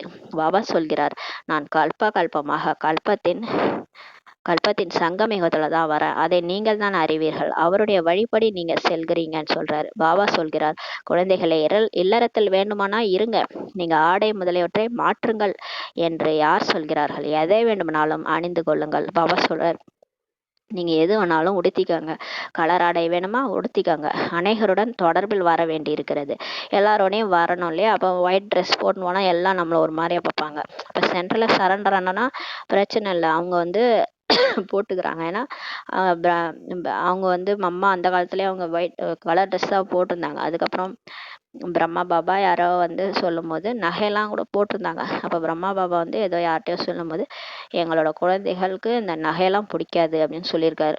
உடனே அன்னிலேருந்து அம்மா வந்து நகையை கூட கட்டி வச்சிட்டாங்களாம். அப்போ பாபா சொல்கிறாரு, அப்போ நம்ம இதை வந்து ஸ்ரீமத் இதை நம்ம ஃபாலோ பண்ணணும்னு சொல்லிட்டு நகையெல்லாம் கட்டி வச்சுட்டாங்க. அப்புறம் ஒயிட் ட்ரெஸ்ஸும் அம்மா சொன்ன வழி தான், அது வந்து சரண்டர் ஆகுறவங்களுக்கு கரெக்டாக இருக்கும். இப்போ வந்து நமக்கு வந்து வீட்டிலே இருக்கிறதுனால நம்ம அநேகரை சந்திக்க வேண்டியதாக இருக்குது. இப்போ திருமணம் போன்றவற்றுக்கெல்லாம் நம்ம போக வேண்டியதாக இருக்குது.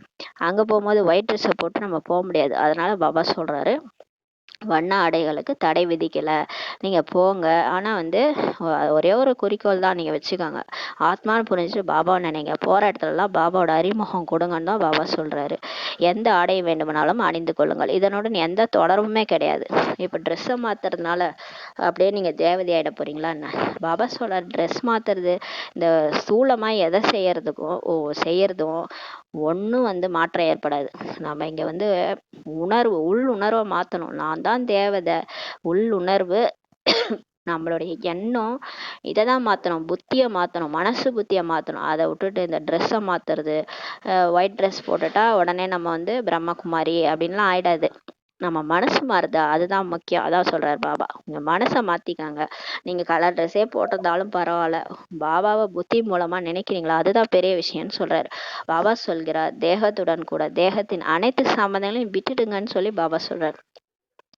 நீங்க தேகத்தோட சேர்ந்து இந்த தேகத்துல கூட இருக்கிற எல்லா சம்பந்தங்களையும் பற்றுகளை வந்து விட்டுடுங்கன்றார். பற்று வைக்காதீங்க, ஏன்னா இந்த உலகம் எல்லாமே முடிய போகுது, முடிஞ்சிட்டு புது உலகம் வரப்போகுது. இதே ஆத்மாக்கள் அங்க வேற ரூபத்துல நம்ம கூட வந்து நடிக்க போறாங்க. அப்புறம் ஏன் இந்த தேகத்தை போய் பிடிச்சிட்டு இருக்கிறீங்க?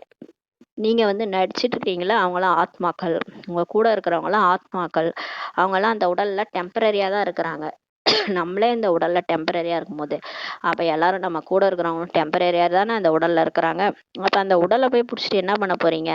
உடல் அழிய போகுது, ஆத்மா தான் பர்மனன்ட். நம்ம எல்லாரும் பறந்தாம போயிடுவோம். பறந்தாம போயிட்டு திரும்ப சொர்க்கத்துல போய் இதே ஆத்மாக்கள் தான் வேற உடல்ல நடிக்க வர போறாங்க. அப்ப இந்த உடலை ஏன் பிடிச்சிட்டு இருக்கிறீங்க? அதனால பாபா சொல்றாரு, எல்லா பற்றுகளையும் விட்டுடுங்கன்னு சொல்றாரு, எண்ணெய் மட்டும் நினைங்கன்றாரு.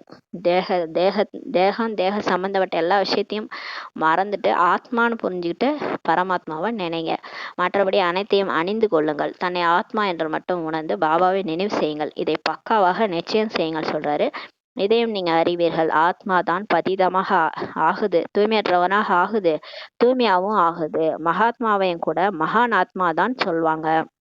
இப்ப மகாத்மான்னு சொல்றாங்கன்னா மகான் ஆத்மாவுன்னு தான் சொல்லுவாங்க, மகான் பரமாத்மான்னு சொல்ல மாட்டாங்க. பாருங்க, யாரையுமே நம்ம மகான் ஆத்மா அப்படிதான் சொல்லியிருக்கோம். யாரையாவது நம்ம மகான் பரமாத்மான்னு சொல்லிக்கிறோமா? கிடையவே கிடையாது. அப்புறம் எப்படி சர்வ வியாபின்றீங்க? எல்லாருக்குள்ளாரையும் கடவுள் இருக்காருன்னு. பரமாத்மாவை நம்ம அந்த மாதிரி பாவ பரமாத்மா, புண்ணிய பரமாத்மான்னு சொல்ல மாட்டோம். ஆத்மாவை நம்ம பாவாத்மா, புண்ணியாத்மான்னு சொல்லுவோம். ஆனா பரமாத்மாவை ஒருபோதும் அந்த மாதிரி சொல்ல மாட்டோம், ஏன்னா அவர் பிறப்பிறப்புல வர்றதில்ல. அவ்வாறு சொல்வதும் அழகாக இருக்காதுன்றாரு. புரிந்து கொள்வதற்கான எவ்வளவு நல்ல நல்ல பாயிண்ட்டுகள் பாபா சொல்றாரு. சத்குரு அனைவருக்கும் சத்கதி அளிப்பவரோ ஒரே ஒரு பாபா தான். இங்கே ஒருபோதும் அகால மரணமே ஏற்படாது. சொர்க்கத்துல யாருமே ஆக்சிடென்ட், ஹார்ட் அட்டாக்கு, திடீர்னு உட்காந்துருந்தாங்க அப்படியே இறந்துட்டாங்க, அதெல்லாம் சொல்லவே மாட்டாங்க. ஏன்னா அவங்க உடல்ல ஆரோக்கியமாக தான் இருக்கும், அவங்களாம் அந்த உடலை விட்டுட்டு போவாங்க. நம்மளே உடலை விட்டு போகிறது வேற, இந்த உடல்ல பிரச்சனை வந்து நம்ம அந்த உடலை விட்டு போகிறது வேற. அங்கே வந்து பிரச்சனைலாம் எதுவுமே வராது, அவங்களே அந்த உடலை பாம்பு சட்டையை கட்டுற மாதிரி கட்டிட்டு போட்டு போயிட்டே இருப்பாங்க. அந்த அகால மரணமே அங்கே வராதுன்றாரு. இப்போது குழந்தைகள், நீங்கள் புரிஞ்சுக்கிட்டீங்க. பாபா மீண்டும் நம்ம இது போல தேவதையாக ஆக்குகிறார். முன்பு இது புத்தியில் இருந்ததில்லை. முன்னாடிலாம் நமக்கு இந்த மாதிரிலாம் புத்தியில் இந்த மாதிரி ஞானமே இருந்ததில்லை. கல்பத்தின் ஆயுள் எவ்வளவு என்பதையும் நீங்க தெரிஞ்சிருக்கல. இப்போதோ முழு நினைவும் உங்களுக்கு வந்துருச்சு. இதையும் குழந்தைகள் புரிஞ்சுக்கிட்டாங்க. ஆத்மாவுக்கு தான் பாவாத்மா புண்ணியாத்மான்ட்டு சொல்லப்படுது. பாவ பரமாத்மா என்று ஒருபோதும் சொல்ல மாட்டாங்க. பிறகு யாராவது பரமாத்மா சர்வவியாபி என்று சொல்வார்களானால் எவ்வளவு புத்தியற்ற நிலை பாருங்க. பாவ பரமாத்மா புண்ணிய பரமாத்மான்னு சொல்ல மாட்டாங்க, அப்புறம் எப்படி நீங்க உங்களுக்குள்ளார கடவுள் இருக்கிறாருன்னு சொல்றீங்க? இது எவ்வளவு புத்தியற்ற நிலைன்னு சொல்றாரு. இதை பாபா தான் வந்து புரிய வைக்கிறார். இப்போது நீங்கள் அறிஞ்சு கொண்டீர்கள். 5000 ஆண்டுகளுக்கு பிறகு பாவாத்மாக்களை புண்ணிய ஆத்மாக்களாக பாபா தான் வந்து மாற்றுகிறார். இப்ப 5000 வருஷம் கழிச்சு வராரு. நம்ம அவரை விட்டு பிரிஞ்சு 5000 வருஷம் ஆகுது. அதனால வந்திருக்கிறாரு அப்பா வந்து நமக்கு வந்து கோமா ஸ்டேஜ்ல இருக்கிற நம்மளை, பாவாத்மாக்களாக இருக்கிற நம்மளை புண்ணியாத்மாவாக ஆக்குறாரு. ஒருவரை மட்டும் மாத்தல, கடவுள் ஒருத்தரையா மாத்த வந்திருக்கிறாரு, குடும்பத்தையே மாத்த வந்திருக்காரு. குழந்தைகள் அனைவரையும் மாத்துக்கிறார். லட்சுமி நாராயணன் குடும்பமே அந்த மாதிரி கெட்டு போயிடுச்சு. எல்லாரையுமே இப்போ வந்து தேர்ந்தெடுத்து ஃபிக்ஸ் பண்ணி அவங்க ஒவ்வொருத்தவங்களுக்கும் பூட்டை ஓப்பன் பண்ணி ஞானம் சொல்லி கொடுத்து எல்லாரையும் மாத்துறாரு. பாபா சொல்கிறார், குழந்தைகளாகிய உங்களை மாற்றுபவர் எல்லையற்ற தந்தையாகிய நான் தான். பாபா சொல்றாரு, நான் தான் உங்களை மாத்திட்டு இருக்கிறேன், வேற எந்த தேகதாரியும் கிடையாது, இந்த பிரம்மா பாபா கூட கிடையாது, இவரையே நான் தான் மாத்துறேன்னு சொல்றாரு. எல்லாருக்குமே இந்த ஞானம் கடைசியில போகும். சாது சன்னியாசிகளை கூட எல்லாரையும் மாத்தி தான் கூட்டு போவார். நிச்சயமாக குழந்தைகளுக்கு எல்லையற்ற சுகம் தருவேன்னு சொல்லி சொல்றாரு. கண்டிப்பா எழுதி வச்சுக்கோங்க, கேரண்டி கொடுக்குறேன், உங்களுக்கு எல்லையற்ற சுகம் கொடுப்பேன்றாரு. சத்தியோகத்தில் இருப்பவர்கள் பவித்ர ஆத்மாக்கள். ராவணன் மீது வெற்றி அடையறதுனால தான் நீங்க புண்ணியாத்மா ஆகிறீங்கன்னு சொல்லி சொல்றாரு. சொர்க்கத்துல எல்லாருமே தூய்மையான ஆத்மாக்களா இருப்பாங்க. இப்பயே நீங்க மாயை மீது வெற்றி அடையறதுனால தான் இந்த மாதிரி புண்ணியாத்மா ஆகிறீங்க. மாயா எவ்வளவு தடைகளை ஏற்படுத்துகிறது என்பது நீங்க உணர்கிறீர்கள் சொல்றாரு. இப்ப நம்ம பாபா நினைக்கலாம்னா நிறைய மாயா தடை கொண்டு வருது புத்தியில. மாயா எவ்வளவு தடை ஏற்படுத்துது, ஒரேடியாக மூக்கில் குத்து விடுகின்றதுன்றாரு. இந்த மாயாவோட மல்யுத்தம் நடக்குதுல்ல, இப்ப மல்யுத்தம்னா ஒருத்தவங்க மொத்தவங்க அடிச்சுக்குவாங்க, அடிக்கும் போது மூக்குலலாம் அடிச்சு ரத்தம்லாம் வரும். அந்த மாதிரி இப்ப மாயா நம்மள மல்யுத்தம் பண்ணுது, மூக்குலயே அடிச்சிருதுன்றாரு. மாயாவோட யுத்தம் எப்படி நடைபெறுகிறது என்று நீங்கள் புரிஞ்சிட்டீங்கன்னு சொல்றாரு. இப்ப நமக்கு புரியுது, நம்ம பாபா சும்மா இருந்தா கூட அந்த மாயா ஒண்ணும் செய்ய மாட்டேங்குது. பாபாவை நினைக்கணும்ட்டு போய் உக்காந்தோம்னா அப்பதான் பிரச்சனையை கொண்டு வருது, நல்லா குத்து தான் விடுது, அதுன்னு நம்ம தெரிஞ்சுக்கிட்டோன்றாரு. அவர்கள் பிறகு கௌரவர்கள் பாண்டவர்களின் யுத்தத்தெல்லாம் காமிச்சிருக்காங்க. அவங்க மகாபாரத யுத்தம்னு ஒண்ணு காமிச்சு ஒரு பக்கம் கௌரவ சேனை ஒரு பக்கம் பாண்டவ சேனைகள்லாம் காமிச்சிட்டாங்க. என்னென்னலாம் உட்காந்து காமிச்சிருக்கிறாங்க. இந்த யுத்தம் பற்றி யாருக்குமே தெரியாது. ஆனா இங்க பாருங்க, இங்க கத்தியும் இல்லை, ரத்தமும் இல்லை, எந்த சேனையும் இல்லை, எந்த ஒரு அந்த இது அணுகுண்டு எதுவும் கிடையாது. எதுவும் போடாம நமக்குள்ளார ஒரு யுத்தமே நடந்துட்டு இருக்குது. என்ன யுத்தம்? இந்த மாயாவோட யுத்தம். இந்த யுத்தம் பத்தி யாருக்குமே தெரியாது, இது குத்தமான யுத்தம்னு சொல்லி சொல்றாரு. நமக்கு உள்ளார போராட்டம், அதாவது மனசு புத்திக்கு இந்த மாயாவுக்கும் போராட்டம். இதுல இருந்து நம்ம ஆத்ம உணர்வுல கொண்டு வந்து நம்ம வந்து பாபாவை நெருங்கிறதுக்குள்ளார ஒரே போராட்டமா இருக்குது இந்த மாயா கூடன்ட்டு. இது யாருக்குமே தெரியாதுன்னு சொல்றாரு. இதை பற்றி நீங்கள் தான் தெரிஞ்சிருக்கிறீங்க. மாயாவோட ஆத்மாக்கள் நாம் யுத்தம் செய்ய வேண்டும். இப்ப இந்த மாயாவோட நமக்கு போராட்டம், இந்த காம கோபம் பற்று ஆசை அகங்காரத்தை வெல்லணும். ஆனா அதை வெல்ல முடியல. ஏகப்பட்ட அந்த மனசு புத்தியில ஏகப்பட்ட குழப்பம், இதெல்லாம் எங்க இருந்துதான் வருது தெரியல. நிறைய பயம், கவலை, என்னென்னமோ உள்ளார உணர்ச்சிகள்லாம் ஸ்டோர் ஆயிருக்குது. இது எல்லாம் வந்து 2500 வருஷமா ஸ்டோர் ஆயிருக்குது. இதெல்லாம் போராடி நம்ம பாபா நினைவுல அந்த எண்ணங்கள்லாம் இல்லாம நம்ம வெல்லணும். கொஞ்சம் கூட நமக்கு வந்து அந்த ஒரே குஷி தான் இருக்கணும், அந்த குஷியோட சம்ஸ்காரம் தான் வரணும். அது வர வரைக்கும் நம்ம மாயாவோட ஒரே போராட்டமா இருக்குது. பாபாவை நினைக்க விட மாட்டுது. பாபாவை ஃபுல்லா நினைச்சோன்னா பயங்கர குஷி ஆயிடும், ஆனா அது நினைக்க விட மாட்டுது. பாபா சொல்கிறார், உங்கள் விரோதிகளால் மிகப்பெரிய விரோதி உங்க விரோதிகளிலே மிகப்பெரிய விரோதி எதுனா காமம் சொல்லி பாபா சொல்றாரு. யோக பலத்தின் மூலமா தான் நீங்க இதன் மீது வெற்றி கொள்கிறீர்கள். முக்கியமான எதிரியே உங்களுக்கு காமம் தான். நீங்க பாபாவை நினைச்சு நினைச்சு யோக பலத்தின் மூலம் தான் இது வெற்றி அடைகிறீங்க. யோக பலத்தின் அர்த்தத்தையும் கூட யாருமே புரிஞ்சிக்கலன்னு சொல்றாரு. யார் தூய்மையாக சதோபிரதானமாக இருந்தனரோ அவர்கள் தான் இப்ப தம பிரதானமாக ஆகியிருக்கிறாங்க. பாபா வந்து அவரே சொல்றாரு, அநேக பிறவுகளின் கடைசியில் நான் இவருக்குள் பிரவேசமாகிறேன். அவர் தான் தம பிரதானமாக ஆகியிருக்கிறார். இந்த பிரம்மா பாபா தான் தம பிரதானமா இருந்தார். அவர் தான் ஆனா முதல்ல சதப்பிரதானமா இருந்தவர். அவரே தான் தம பிரதானமா ஆகியிருக்கிறார். நான் இவரோட கடைசி பிரிவுல தான் பிரவேசமா இருக்கிறேன். அவர் தான் இவர் ததத்துவம் சொல்றாரு. பாபா ஒருவரை மட்டும் சொல்ல மாட்டார். பாபா சொல்றாரு, அந்த ஒரு பிரம்மா பாபா மட்டும் கிடையாது, அதே மாதிரி ஏகப்பட்ட பேர் இருக்கிறீங்க. நீங்க எல்லாருமே நம்பர்வார். எல்லாரும் பாபா ஒருத்தர் சொல்லல, நம்பர்வார் அனைவரையும் சொல்கிறார். நம்பர்வார் யார் யார் இருக்கிறாங்க இங்கே உங்களுக்கு தெரிய வரும். இப்ப பாபா வந்து போக போக காட்சி காட்டுவாராம். அதுல உங்களுக்கு எல்லாமே தெரிஞ்சிரும்ன்றார். நம்பர்வார் யார் யார், லட்சுமி நாராயணன் 108 பேர் யாரு, அடுத்தடுத்து யார் யாரு யாரெல்லாம் என்னென்ன பதவி அடைய போறாங்கன்ட்டு இன்னும் போக போனால் உங்களுக்கு அதிகம் தெரிய வரும் சொல்றாரு. போக போக உங்களுக்கு அதிகம் தெரிய வரும் யார் யாரெல்லாம் மாலையில வருவாங்க. மாலையின் சாட்சாத்காரம் உங்களுக்கு செய்விப்பேன்னு சொல்லி பயன்படுத்துறாரு. பாருங்களேன், போக போக மாலை, அதாவது அந்த 108 மணி மாலை இருக்குல்ல, அதை தான் பக்தர்கள் உருட்டுறாங்க சந்தன மாலை. அந்த 108 லட்சுமி நாராயணர், அந்த 108 மாலையினுடைய சாட்சாத்காரத்தை உங்களுக்கு காட்டுவேன்றாரு. அது யார் யாருன்னு தெரிஞ்சிச்சுன்னா அவ்வளவுதான், எல்லாருக்கும் மனசு உடைஞ்சிரும். பள்ளிக்கூடத்தில் அடுத்த வகுப்புக்கு மாறும்போது அனைத்தும் தெரிய வருகிறது இல்லையா? இப்போ வந்து பள்ளிக்கூடத்துல ஒரு +1 முடிச்சுட்டு +2 போறோம்னா யார் யார் பாஸ் ஆனாங்க, யார் நல்ல மார்க்குன்னு தெரிஞ்சிடும் இல்லையா? அந்த மாதிரி இங்கேயும் முடிவுகள் அனைத்தும் வெளியாகிவிடும்ன்றாரு. பாபா சொல்றாரு, இங்கேயும் எல்லாமே நான் சொல்லிடுவேன், மாலையே உங்களுக்கு சாட்சாத்காரம் காட்டிடுவேன்னு சொல்லி சொல்றாரு. பாபா ஒரு பெண் குழந்தைகிட்ட கேட்டாராம். என்ன கேட்டாரு அப்படின்னா, உனது பரீட்சைக்கான பேப்பர் எங்கிருந்து வருகிறது? லண்டனில் இருந்து வருவதாக குழந்தை சொன்னது. அந்த காலத்துல கொஸ்டின் பேப்பர்லாம் தயாரிக்கும் போது வெளிநாட்டுல இருந்தெல்லாம் கொஸ்டின் பேப்பர் வருமா. அந்த மாதிரி பாபா கேட்டாராம், உங்களுக்கு டெஸ்ட் பேப்பர் எங்க இருந்து வருதுன்னா லண்டன்ல இருந்து வருதுன்னு.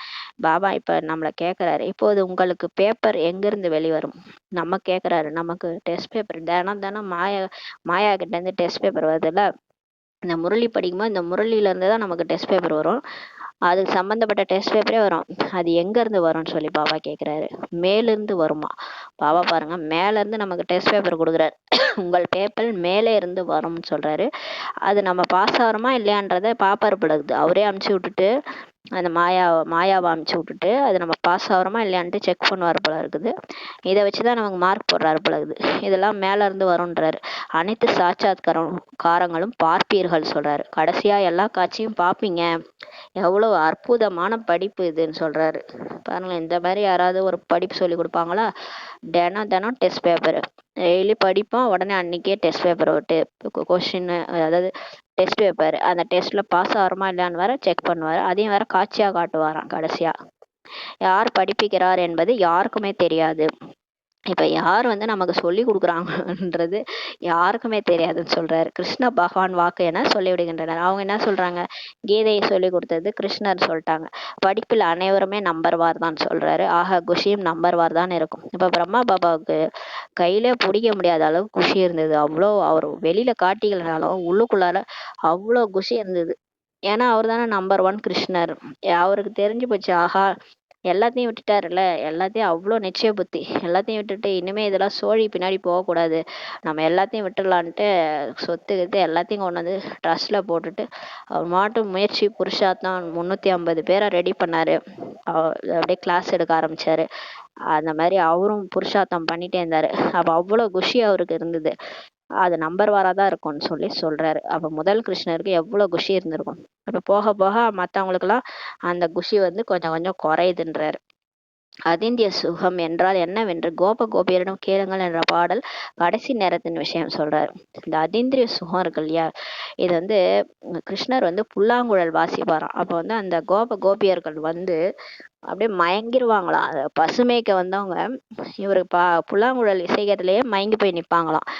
அது சொல்லுவாங்களாம், கோபியர்கிட்ட கேளுங்கள். இப்ப உண்மையிலேயே நமக்கு தான் இந்த உதாரணம் என்னன்னா, பாபா இந்த முரளி வாசிக்கிறார், இதுல ஆத்மா அப்படியே மயங்கி போயிடுது. எந்தெந்த ஆத்மாலாம் முரளி கேட்காம என்னால இருக்க முடியும்னதோ அந்த ஆத்மாலாம் அப்படியே மயங்குது இந்த முரளிக்கு. அப்ப அதீந்திரிய சுகம்ன்றது இந்திரியங்களுக்கெல்லாம் அப்பாற்பட்ட ஒரு சுகம். ஆத்மா வந்து அனுபவிக்கிற சுகம் அது. அது வந்து இந்த முரளில தான் கிடைக்கும். சிவபாபா வாசிக்கிற இந்த முரளில தான். இப்ப நமக்கு அந்த சுகம் இல்லைன்னா கூட இது கடைசி நேரத்தின் விஷயம் சொல்லி சொல்றாரு பாபா. இப்ப நிறைய பேருக்கு அந்த முரளி வாசிக்கும் போது சிலருக்கு அந்த குஷி பொங்குது, சிலருக்கு அது கூட இல்லை, என்னமோன்ட்டு கேட்டுட்டு போறாங்க. ஆனா எல்லாருக்குமே அது கடைசி நேரத்துல வந்துரும் சொல்றாரு. கடைசி நேரத்தின் விஷயம்ன்றாரு. ஏன்னா அப்ப வந்து தெரிஞ்சிடும்ல, அந்த வேட்டைக்காரனுக்கு கொண்டாட்டம், அந்த மிருகங்களுக்கு திண்டாட்டம்ன்ற மாதிரி விநாசம் வரும்போது நமக்கு பாபா சொல்லிட்டாரு, தெரியும், மற்றவங்களுக்கு தெரியாது இல்லையா? அப்ப நமக்கு அளவு கடந்த குஷி இருக்குன்றாரு. பாபா புரிய வைத்துள்ளார். பாபாவுக்கும் தெரியும் இந்த குழந்தைகள் ஒருபோதும் கீழே விழுகிறவர்கள் அல்ல. ஆனால் பிறகும் கூட என்ன நடக்கிறது என்றே தெரியவில்லை. படிப்பையே படிப்பதில்லை. பாபா நிறைய புரிய வைக்கிறாரு. அவருக்கும் தெரியுமா, நல்ல நல்ல குழந்தைகள் தான், கீழே விழமாட்டாங்க. இருந்தாலும் பிறகும் கூட இவங்களுக்கு என்ன ஆகுதுன்னே தெரியல, முரளியே படிக்கிறது இல்ல, அந்த மாதிரி கூட ஆயிடுறாங்களாம். நல்ல நல்ல நல்ல குழந்தைகளே அந்த மாதிரி ஆயிடுறாங்கன்னு சொல்றாரு. அதிர்ஷ்டத்தில் இல்லை, போய் அந்த உலகத்தில் உங்கள் வீட்டுக்குள் குடியேறுங்கள் என்று கொஞ்சம் சொன்னால் போதும், உடனே சென்று விடுவார்கள். அவங்க அதிர்ஷ்டத்துல இல்லை, இருந்தாலும் பாபா வந்து சரி போங்கன்னு சொல்லி சில பேரை போங்கன்னு சொன்னா உடனே போயிடுவாங்களாம். எங்கிருந்து வெளியேறி எங்கோ சென்று விடுகின்றனர். பாருங்களேன், எப்பேற்பட்ட இடத்துல இருந்து போய் எங்கோ போயிடுறாங்க. அவர்கள் நடத்தை, பேச்சு, செயலும் கூட அவ்வாறு இருக்குதுன்றாரு. நமக்கு இவ்வளவு கிடைத்தால் நாம் போய் தனியாக இருக்கலாம்ட்டு நினைக்கிறாங்க. அந்த மாதிரி சிலர் இருக்கிறாங்க. பிகேஸ்ன்றாரு. போன்னு சொன்னா போயிடுறாங்க. இவ்வளோ கிடைச்சா போதும்ன்ட்டு தனியா இருக்கலான்ட்டு நினைக்கிறாங்க. நடத்தை மூலமே புரிஞ்சு கொள்ளப்படுகிறதுன்றாரு. இதன் அர்த்தம் நிச்சயம் உள்ளது என்பதல்ல. இதோட அர்த்தம் அவங்களுக்கு நிச்சயம் இருக்குன்னு கிடையாது. வேறு வழியின்றி இங்க உட்காந்து முரளி கேட்கறாங்கன்னு சொல்றாரு. அநேகருக்கு ஞானத்தின் முதல் எழுத்து கூட தெரியாது. பாபா என்ன இப்படியெல்லாம் இன்னைக்கு திட்டுறாரு. நிறைய பேருக்கு ஞானத்தினுடைய முதல் எழுத்து கூட தெரியாதா, ஒருபோதும் அமர்வது கூட இல்லை சொல்லி சொல்றாரு. ஒருபோதும் உட்கார்றது கூட கிடையாது. மாயா படிக்கவே விடுறதில்ல. சில பேர் முரளி கேட்க சென்டருக்கே வர்றதில்ல, உட்காந்து முரளி கேட்க கூட அவங்களால முடியல. மாயா அவங்கள படிக்க விடுறதே இல்லைன்றாரு. இது போல அனைத்து சென்டர்களையும் இருக்கிறாங்கன்றாரு. ஒருபோதும் படிக்கவே வர்றது கிடையாது. அதிசயம் இல்லையா? பாருங்க எவ்வளவு உயர்ந்த ஞானம் இது. பகவானே வந்து சொல்லி கொடுக்குறாரு. இந்த வேலையை செய்யாதீர்கள் என்று பாபா சொன்னால் கேட்க மாட்டார்கள். பாபா வந்து இந்த மாதிரிலாம் செய்யாதீங்கன்னு சொன்னா கூட கேட்க மாட்டாங்க. நிச்சயமாக தலைகீழான காரியம்தான் செய்தே காட்டுவார்கள். பாபா சொல்றாரு. அவங்க பாபா சொன்னா கூட கேட்காம வேணும்னே தலைகீழான காரியம் தான் செய்வாங்களாம். ராஜதானி இப்ப ஸ்தாபனை ஆயிட்டு இருக்கு. பாபா சொல்றாரு எல்லாரும் எனக்கு வேணும், இந்த மாதிரி ஆளும் எனக்கு வேணும்ன்றாரு.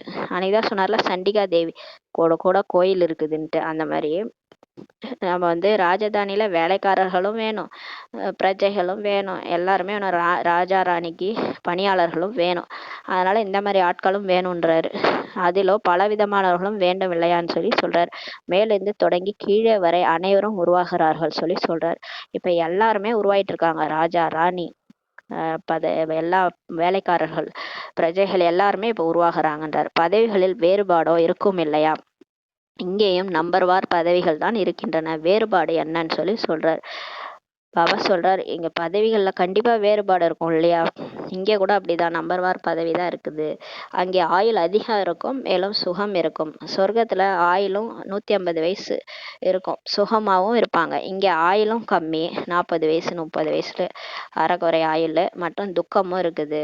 அந்த வாழற கொஞ்ச காலமும் நிம்மதி இல்லை.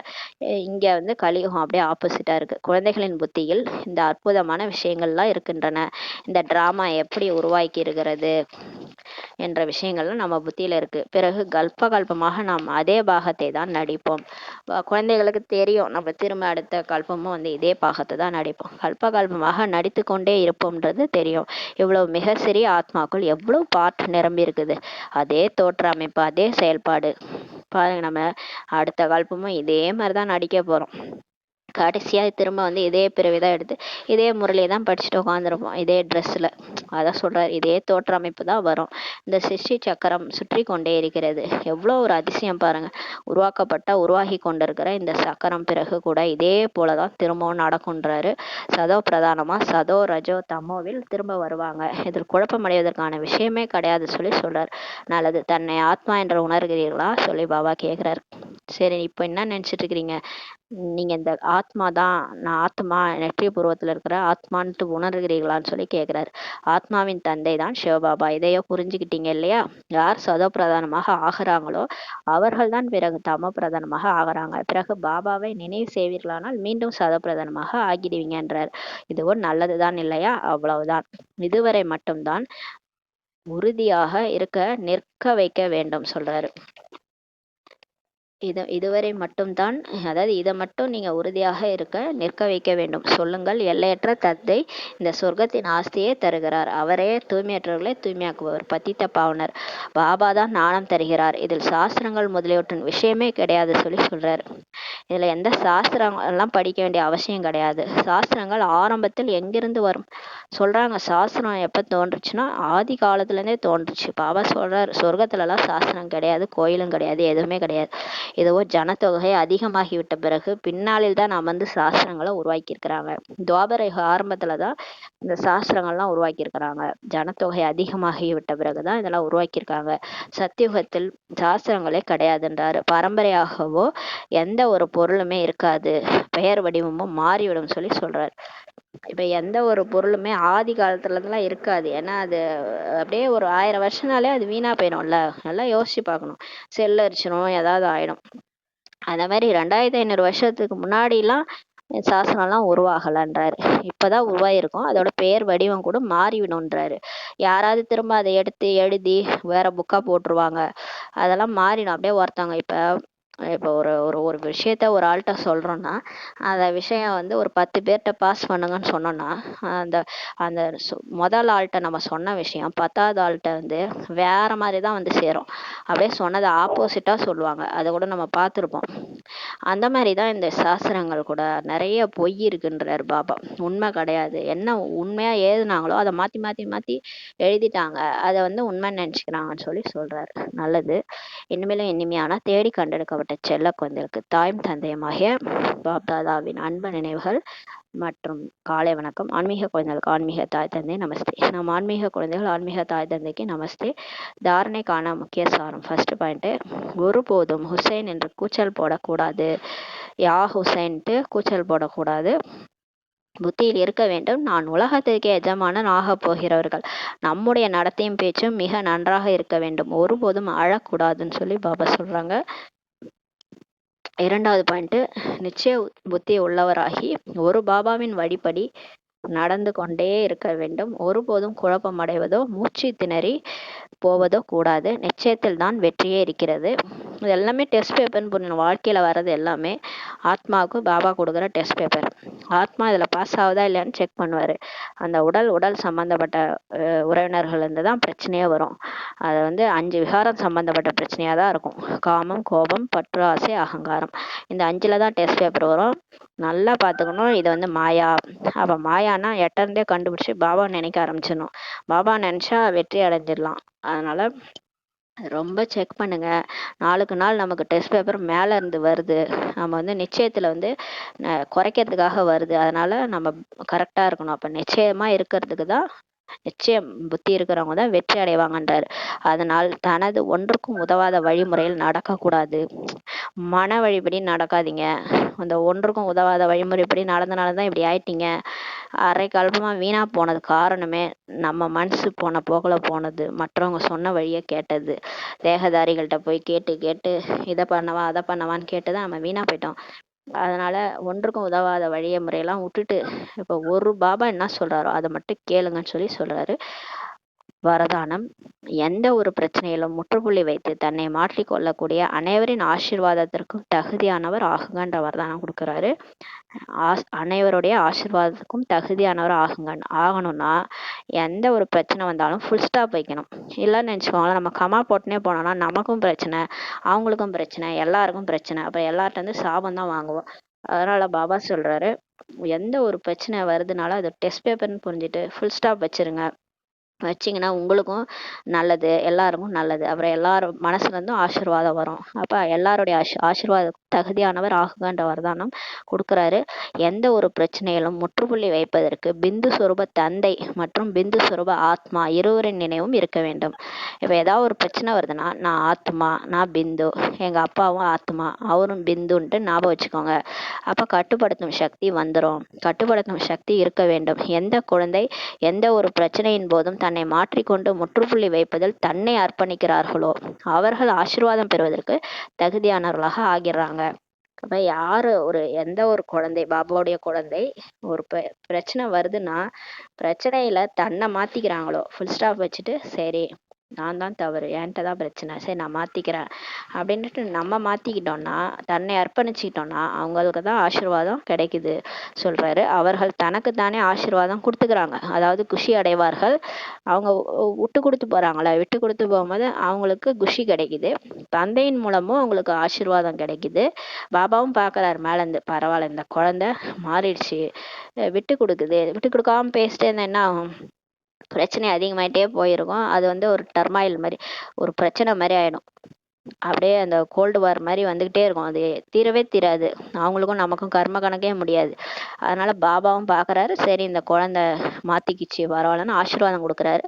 மற்றும் பிராமண குடும்பமும் பிகே குடும்பமும் என்ன ஆகுது, பரவாயில்ல இவங்க விட்டு கொடுத்து போறாங்கன்ட்டு அவங்களும் நம்மளை தட்டி கொடுத்து வளர்ப்பாங்க. அவங்க மூலமாகவும் நமக்கு ஆசீர்வாதம் கிடைக்கும். அதனால இந்த 3 ஆசீர்வாதம் நமக்கு எப்போ கிடைக்கும்னா, நம்ம ஃபுல் ஸ்டாப் வச்சுட்டு நம்ம பிரச்சனையின் போது ஃபுல் ஸ்டாப் வச்சுட்டு பாபாவையும் நம்ம ஒரு புள்ளி, பாபா ஒரு புள்ளின்னு நினைக்கும் போது தான் அந்த கட்டுப்படுத்தும் சக்தி வரும். அது வரும்போது எல்லார்கிட்ட இருந்தும் ஆசீர்வாதம் கிடைக்குதுன்னு சொல்லி பாபா சொல்றாரு.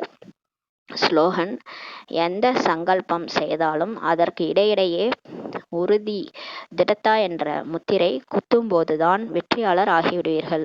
இப்போ நம்ம ஏதோ நம்ம நினைக்கிறோம், இன்னைக்கு அமிர்த வேலை நான் ஒரு 1/2 மணி நேரம் முன்னாடி செய்ய போறேன், 3 மணிக்கு எழுந்திருக்க போறேன், 2 மணிக்கு எழுந்திருக்க போறேன், அப்படிலாம் நம்ம ஒரு சங்கல்பம் செய்யறோம்.